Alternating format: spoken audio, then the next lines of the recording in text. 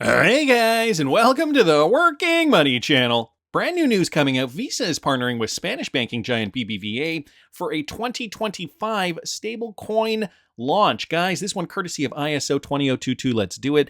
Check this out. BBVA, which is a Ripple partner, is the latest financial giant entering the crowded field of stablecoins as the Spanish bank gets set to launch its own digital asset next year with the aid of Visa. And Visa is Ripple enabled through that Earthport connection, if you guys remember that. In an interview with Fortune, BBVA head of digital assets and blockchain, Francisco Maroto, he said that the bank is currently in the sandbox phase of the new Visa program that helps firms launch their own tokenized assets and wants to reach the prototype phase and live activity by 2025. Of course, this is going to be when we do see a lot of activity on chain, I'm sure, for stablecoin utilization. We do know that stablecoin regulation is getting sorted in many parts of the world, so it would make sense for them to have their stablecoin ready and set to go by 2025. BBVA has not yet decided whether the stablecoin will be backed by deposits, money market funds, or fiat currencies, but they did add that the company plans for it to be used for the settlement layer on exchanges. So that is interesting. You know, we hear about all these stablecoins now coming out, and we don't know, is this going to be a US denominated stablecoin, maybe a euro denominated stablecoin, probably euro. BBVA has been working in the digital asset space since 2014, and Maroto hopes that the latest project will let the bank benefit from the growing trend of the tokenization of assets such as real estate and private credit funds. So guys, it's looking like all these guys are they're clamoring towards development of their own stablecoins because they know this is the gateway. This is the entry into the crypto space. At first we thought, okay, I don't know why we thought this, but okay, the financial system is going to be open to accepting cryptocurrency for what it is. Sure enough, that wasn't the fact, and here we are today, right? Ripple in a lawsuit, still fighting the SEC. Ripple, I think, being forced to launch a stablecoin because they had to play ball, and so they didn't want to get left behind. So what they did was, okay, we've got XRP. This was our plan. And, and of course it didn't go as planned. They got sued. They've been in court for 4 years and now there's an appeal. But at the end of the day, what they've realized is, okay, this is the way the market is going. This is the way banks are going to feel comfortable leveraging the technology. So boom, now Ripple's launched a stablecoin and all these other banks too are launching a stablecoin. And this just solidifies my point, I think, even more. The fact that, or at least gives more credence to my hypothesis that because it's now a stablecoin world, and I put that in quotes, all these companies are going to come in with their stablecoin and it's going to flood the market with useless, redundant stablecoins. I mean, why do we all need stablecoins pegged one-to-one to all these different fiat currencies when we already have the technology to send these currencies without the need of a stablecoin? It's really just to make the incumbent banks feel safe. It's kind of ridiculous, if you ask me, but here we have it. A Ripple-enabled partner connected to a Ripple-connected Visa are going to be launching their stablecoin in 2025. So wanted to thank ISO 20022, Let's Do It, just for posting that. Speaking of stablecoins, apparently Coinbase has just made this announcement too. Coinbase will be delisting Tether USDT this year, this courtesy of 24 Hours Crypto. The next couple of months are going to truly define the future of crypto. And guys, here is the announcement. Due to the new European markets in crypto assets, or the MiCA regulation, Coinbase will restrict services for stablecoins that do not meet MiCA requirements by the 30th of December 2024 for customers in the European Economic Area. So this is not for everybody, just in the EEA. We regularly review the assets we make available to customers on our platform to ensure they adhere to applicable regulations. In November, we will share details regarding the transition plan to assist our EEA customers. This will include options for switching to stablecoins that have achieved compliance under MiCA, such as the USDC and the Euro EURC. So Circle is fully regulated. However, Tether, well, they have had an uphill battle in certain regions of the world, namely the West. But Tether is still being utilized in different parts of the world, like for the BRICS nations, for example. I want to keep mentioning this because it's not like, we hear the Tether FUD here on this side, but Tether is being utilized, guys, in a wide capacity in the East. So knowing this, I mean, knowing that you probably will be cashing out into a stablecoin, you should probably have a plan ready. Make sure that you do know how you're going to be cashing out because, let's say there is a snag. Let's say there's just not enough liquidity on one exchange. Do you have multiples available? For more information on what I'm doing, you can follow me at patreon.com/workingmoney channel. It is only a $5 a month subscription, and I keep it affordable on purpose. I want us to be able to be on the right side of the trade, and I want us to do it together. Follow me throughout 2025, guys. This is going to be a fun ride. Patreon.com/workingmoney channel. Brad Garlinghouse quoted Steve Jobs recently, this one courtesy of XRP Drops. They want to put a dent in the universe by introducing a new global financial system since the launch of SWIFT 50 years ago. Yeah, SWIFT is getting old. I think we're all drawn to people and things where you want to be a part of something bigger than you. And you want to put your kind of dent in the universe, to borrow something that Steve Jobs used to say. And Ripple always felt to me, and the idea was big. The idea of rewiring how financial infrastructure worked. It certainly is big. This is why the incumbents were getting scared all those years ago, Brad. Brad Garlinghouse also speaks on the RLUSD, the stablecoin being a factor to bring liquidity to the XRP ledger and the monumental fight with the SEC. Two things come to mind, like big events. I'll save the bigger one for the second. But, look, I think the stablecoin effort is a really important one. And I think Ripple has always taken the view that anything we can do that is good for the XRP ledger, we're going to lean into. Bringing liquidity to the XRP ledger is good for everyone in the community.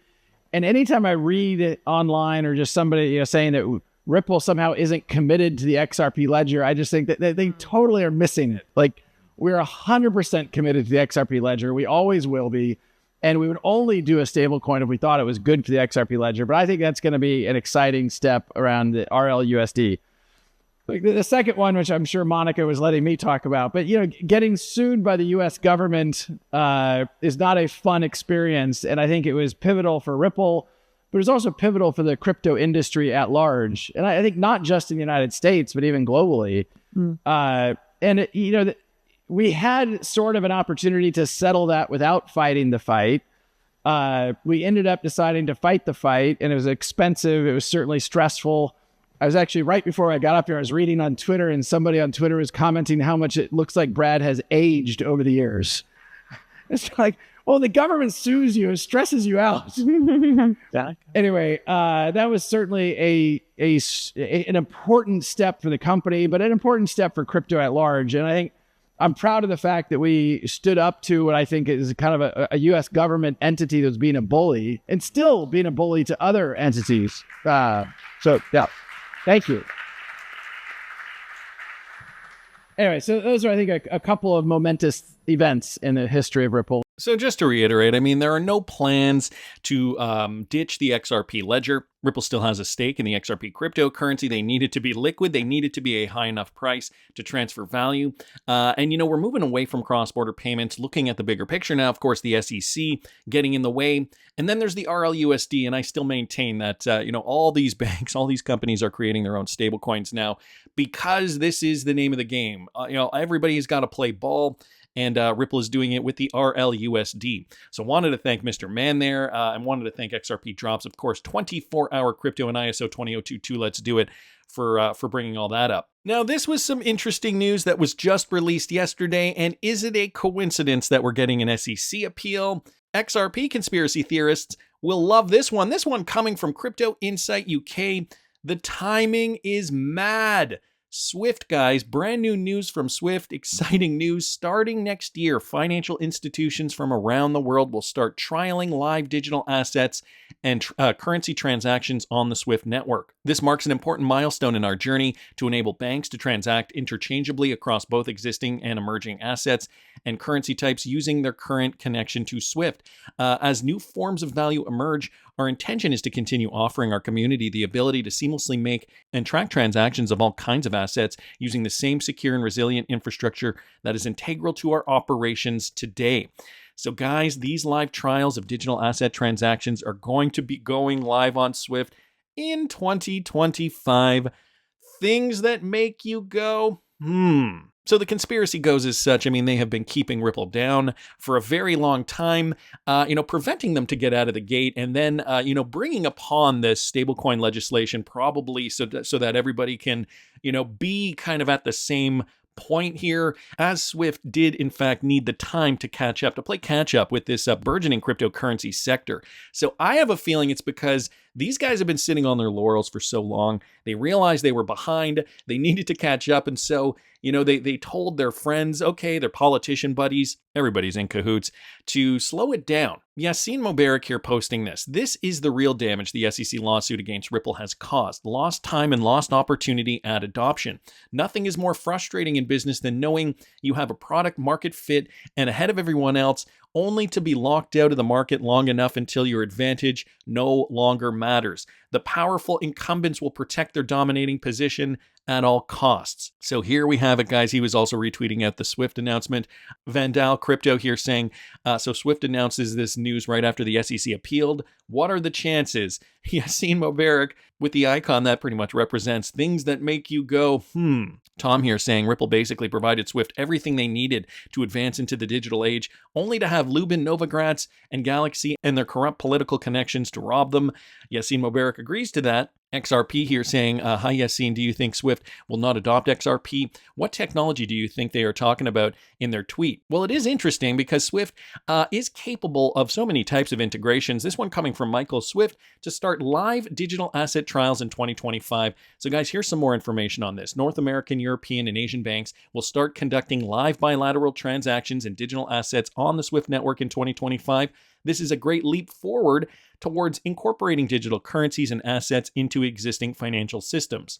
The pilot will allow international financial institutions to process transactions with digital currencies and other assets using the existing Swift infrastructure. Additionally, the live exercises will show how organizations can settle transactions using digital and fiat currencies operating within Swift's infrastructure. So pretty much what Ripple has been doing for the last 5-6 years. Cross-border payment solution and collaboration. So they're boasting about that. Swift is facing growing competition from Ripple.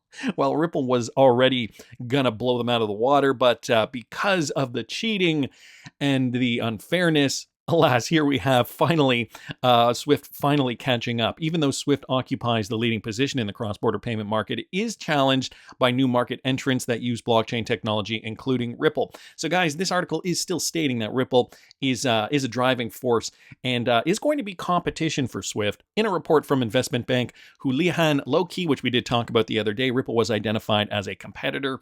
And then they just talk about some of the Ripple partnerships here and how they are in competition with Swift. The other thing we have to remember is this one. Courtesy of Smoke, Swift's new transaction manager is key to their strategy for maintaining a dominant position in cross-border services while ensuring interoperability between different blockchains. So we do have to remember they are ISO 20022 compliant, so they can integrate with RippleNet. That has been, one of those things that we were wondering.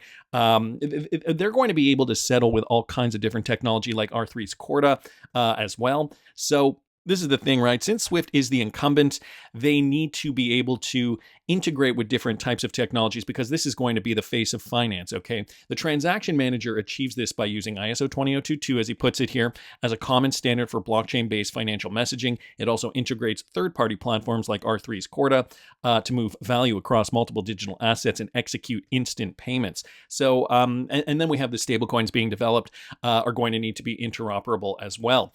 So guys, this is interesting. Yassine also mentioning this. This, however, does not absolve Ripple from being greedy and making the wrong decisions early on. So he was retweeting out his former tweet here. Had they given the incumbents a meaningful stake in XRP early on, like Consensus did when they established the Ethereum Enterprise Alliance, they would have been in a totally different situation today. So a bit of a controversial opinion here by Yassine Mubarak, basically stating that Ripple should have played ball with the incumbents. Basically, what he's saying is, had Ripple done what Ethereum did, then Ripple would be in Ethereum spot and not where they are today. I don't know, morally what that means. I don't know what you guys think of that. But, it is kind of true. With this game, you have to play ball. You can't be naive going in thinking, okay, we're going to change the world. We're going to put a dent in the universe, as Brad Garlinghouse says, without ruffling some feathers. Obviously, lots of feathers have been ruffled in the meantime. Hodor here commenting, you can tell how much truth is in this post from how much heat you're getting from it. Indeed, 100%. I mean, this is unfortunate, but guys, at the end of the day, even if there was a conspiracy, even if there was factors holding Ripple back so that Swift could catch up, organizations like Houlihan Lokey have identified Ripple as a Swift competitor, so it's not like Swift is going to ever have an advantage over Ripple. Technologically, that is just not going to happen. Ripple and Swift are going to be competing on that level playing field. Unfortunately, we thought the level playing field would look a little different, but at this point, guys, the XRP cryptocurrency has seen its fair share of ups and downs. We are going to see it ride this bull run. And with that utility, once we do see real world utility, we are likely going to see a lot more of these cryptocurrencies become more active into 2025. For more information on what I'm trading, why I'm trading it, you can follow me at patreon.com/workingmoney channel. I've moved away from utility coins for this spec run. I've changed my philosophy up a bit. It is looking different. I'm looking to maximize profit. So that is patreon.com/workingmoney channel if you're interested. That's just my opinion, but I want to hear what you guys think. Please subscribe to the channel if you haven't already. Like the video if you like the content I'm providing. I always love hearing your comments. See you in the next one, guys.